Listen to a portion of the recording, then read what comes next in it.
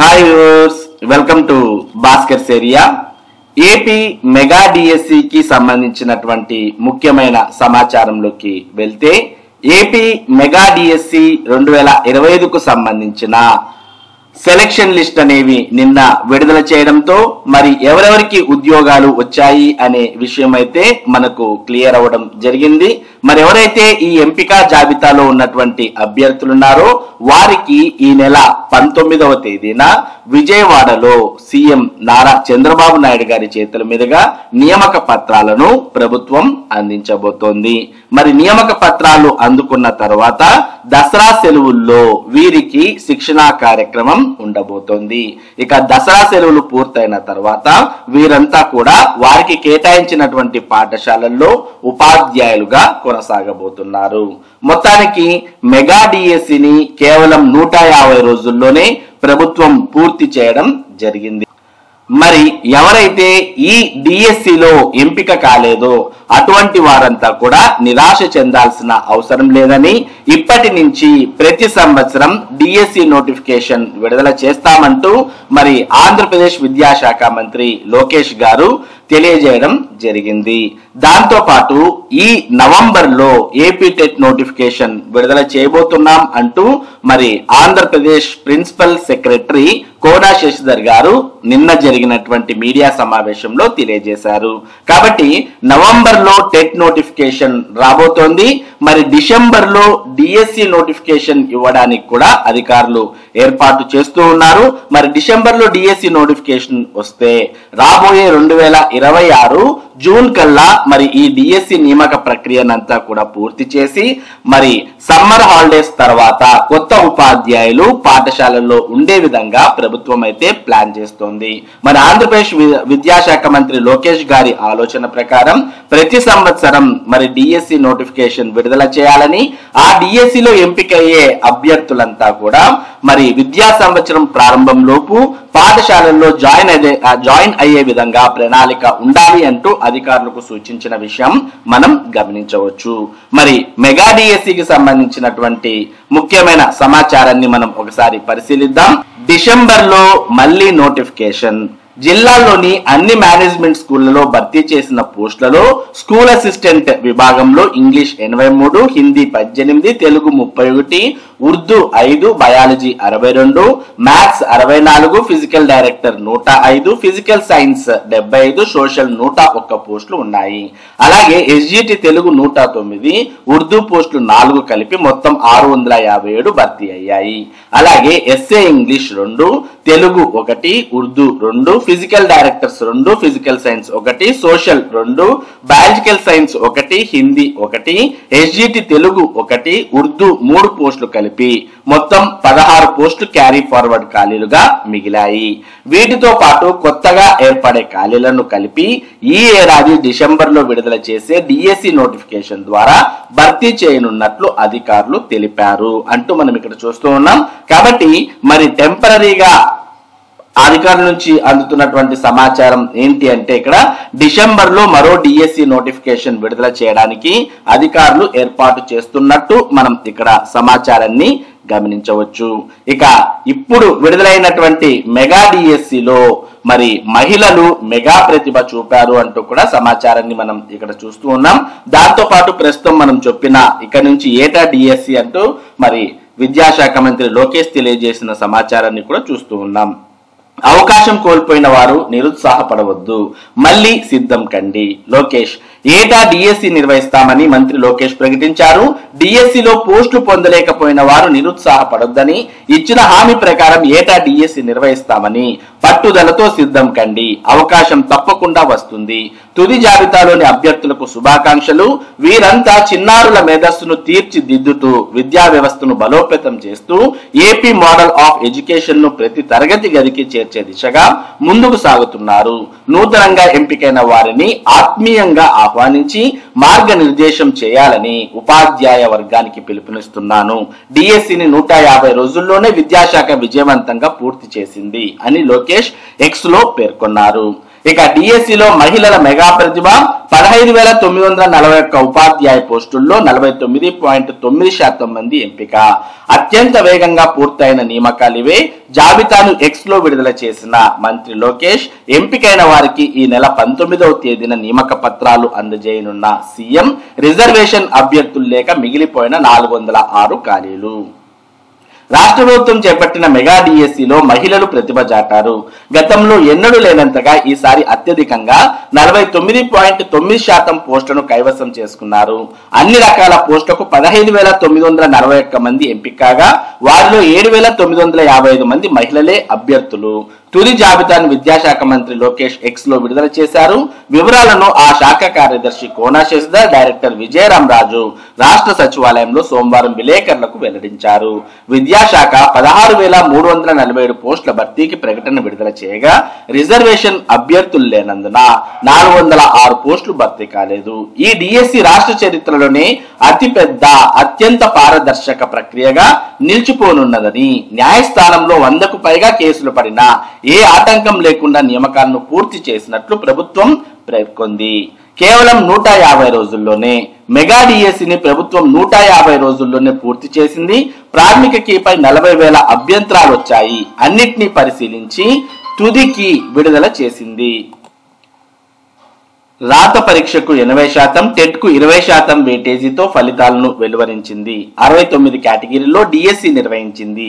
ఎక్కువ మంది అభ్యర్థులు రాయడం, పరీక్షలను విడతల వారీగా నిర్వహించడంతో నార్మలైజేషన్ పాటించింది. ధ్రువపత్రాల పరిశీలన ప్రక్రియ ఆగస్టు 28 నుంచి 7 విడతల్లో చేపట్టి ఈ నెల 13తో ముగించింది.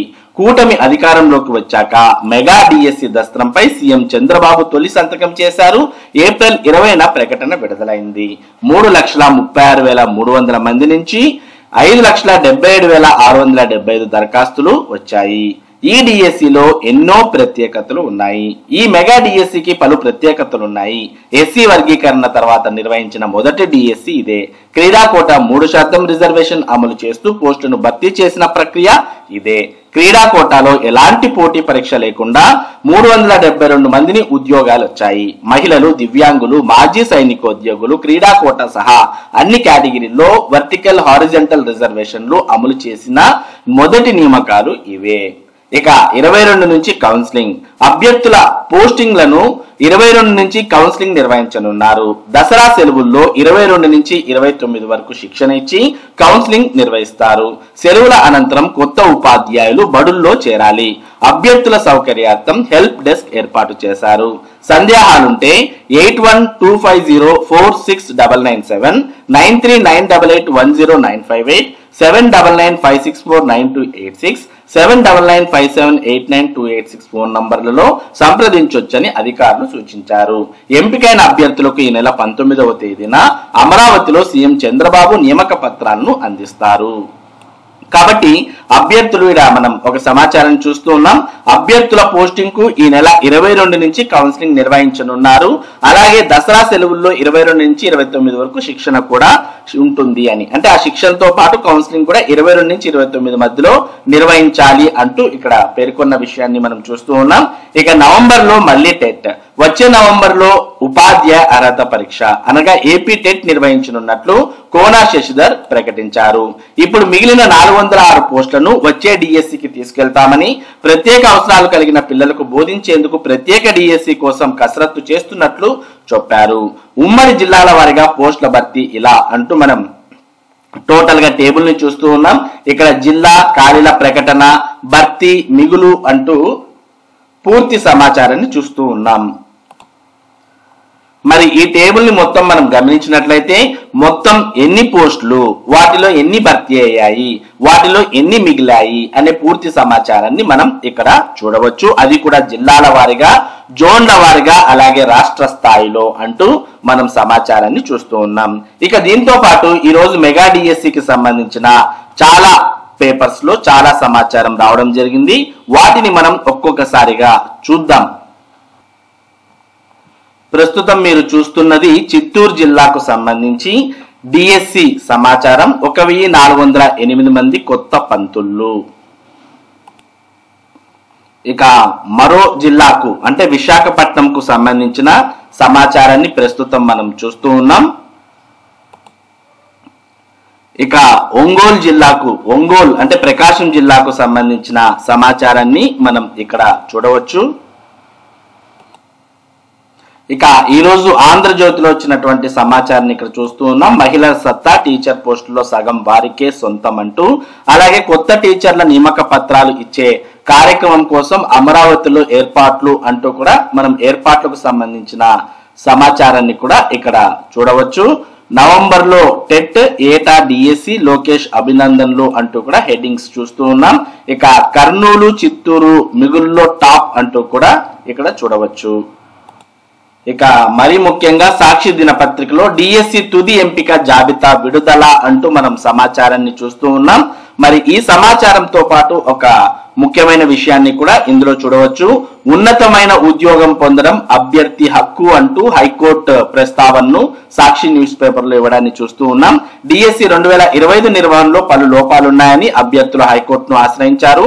వీటిలో రిజర్వేషన్లు అమలు, స్పోర్ట్స్ కోటాతో పాటు దరఖాస్తు దశలోనే పోస్టుల ప్రాధాన్యం తీసుకోవడం తదితర విషయాల్లో తమకు అన్యాయం జరిగిందని కోర్టుకు ఫిర్యాదు చేశారు.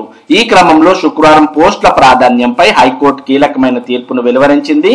ప్రతిభ గల అభ్యర్థులు నష్టపోకుండా ఉన్నతమైన ఉద్యోగం పొందడం అభ్యర్థి హక్కని స్పష్టం చేసింది. ఒకటి కంటే ఎక్కువ పోస్టులకు ఎంపికైన వారికి ఉన్నతమైన పోస్టును ఎంచుకునే హక్కు ఉందని, వారికి ఆ పోస్టులు కేటాయించాలని స్పష్టం చేసింది. అభ్యర్థులు దరఖాస్తు సమయంలో ఎస్జిటి పోస్టుకు మొదటి ప్రిఫరెన్స్ ఇచ్చినప్పటికీ స్కూల్ అసిస్టెంట్ పోస్ట్ ఉన్నతమైనదని, పైగా ఎస్జిటి నుంచి ప్రమోషన్ తో కూడుకున్నదని పేర్కొంది. ఈ తీర్పు కాపీ ఆదివారం అభ్యర్థులకు చేరడంతో వారు పాఠశాల విద్యాశాఖ కార్యదర్శి, డైరెక్టర్లకు మెయిల్ చేశారు. గతంలో బీహార్ కేసులోనూ సుప్రీంకోర్టు ఇదే విధమైన తీర్పునిచ్చినట్టు న్యాయ నిపుణులు గుర్తు చేస్తున్నారు. ఈ క్రమంలో సోమవారం హడావిడిగా విద్యాశాఖ డిఎస్సి ఫైనల్ జాబితాను విడుదల చేయడం గమనార్హం. తప్పును సరిదిద్దకుండా హైకోర్టు ఆదేశాలు తమకు అందడానికి ముందే ఫలితాలు వెల్లడించేశామని చెప్పేందుకు ఇలా చేసినట్టు అభ్యర్థులు ఆరోపిస్తున్నారు. విద్యాశాఖ వాదన ప్రకారం తొలి ప్రాధాన్యం ఎస్జిటికి ఇచ్చిన అభ్యర్థులు స్కూల్ అసిస్టెంట్ పోస్టుకు ఎంపికైనా వారు ఎస్జిటి పోస్టుకు మాత్రమే అర్హులవుతారు అని, దీని ప్రకారం ఎస్జిటిగా ఎంపికైన వారు 20 ఏళ్ల సర్వీస్ ను పూర్తి చేసిన స్కూల్ అసిస్టెంట్ గా ప్రమోషన్ వస్తుందో రాదో తెలియదు. ఈ క్రమంలో కొందరు ఎస్జిటిలుగానే ఉద్యోగ విరమణ చేసే అవకాశం ఉంది అని ఆందోళన వ్యక్తం చేస్తున్నారు. ఇలాంటి వారు దాదాపుగా రాష్ట్ర వ్యాప్తంగా 4000 మంది అభ్యర్థుల వరకు ఉంటారని చెబుతున్నారు. కాబట్టి మరి హైకోర్టు పేర్కొన్న దాని ప్రకారం అయితే మరి ఉన్నతమైన ఉద్యోగం పొందే హక్కు అభ్యర్థికి ఉందని, ఒకవేళ మొదటి ప్రాధాన్యం ఎస్జిటికి ఇచ్చినప్పటికీ వారిని స్కూల్ అసిస్టెంట్ పోస్ట్ కే కన్సిడర్ చేయండి అంటూ హైకోర్టు అయితే పేర్కొంది. కానీ మరి అధికారులు అయితే సెలక్షన్ లిస్ట్ ను విడుదల చేసేశారు. మరి హైకోర్టుకు సంబంధించిన ఉత్తర్వులు మాకు అందలేదు అని చెప్పే కారణంతోనే ఇలా చేశారంటూ కూడా ఇక్కడ మనం సమాచారాన్ని చూస్తూ ఉన్నాం. ఇది ఈ రోజు మెగా డిఎస్సికి సంబంధించినటువంటి ముఖ్యమైన సమాచారం. ఇటువంటి ముఖ్యమైన సమాచారాన్ని భాస్కర్ ఏరియా మీకు అందిస్తూ ఉంటుంది. మరి ఇటువంటి ముఖ్యమైన సమాచారం మీరు ఎప్పటికప్పుడు పొందడానికి మన భాస్కర్ ఏరియా యూట్యూబ్ ఛానల్ కు సబ్స్క్రైబ్ అవ్వండి. అలాగే ఈ వీడియోని లైక్ చేసి షేర్ చేయండి. Thank you for watching this video.